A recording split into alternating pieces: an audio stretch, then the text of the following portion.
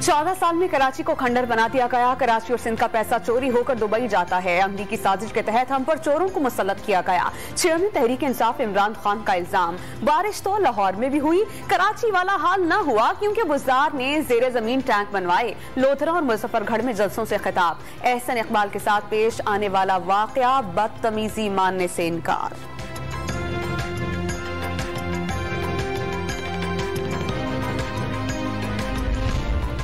मईशत संभालने के लिए मुश्किल फैसले हो चुके, अब अच्छे दिन आएंगे। वज़ीर आज़म शहबाज शरीफ बहुत जल्द अवाम के लिए रिलीफ का ऐलान करेंगे। मरियम नवाज ने अवाम को खुशखबरी सुना दी। शीशा वतनी में इंतखाबी जलसे से खिताब में इमरान खान को पंजाब दुश्मन का खिताब दे डाला।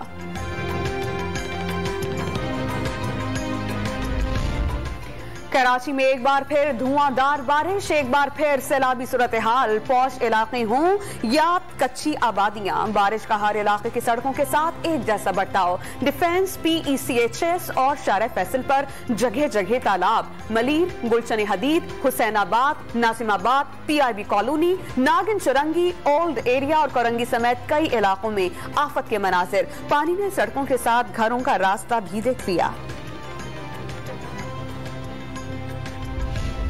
कराची में बारिश के कई घंटे बाद भी मुख्तलिफ इलाकों की सड़कों से पानी ना निकाला जा सका। IIS चंडीगढ़ रोड पर शहरियों की मदद के लिए कश्तियां पहुंचा दी गईं। कोरंगी में बल्दिया दफ्तर के सामने भी पानी मौजूद। वजीर आला हाउस के करीब शाहीन कॉम्प्लेक्स पर भी नकासी ना हो सकी।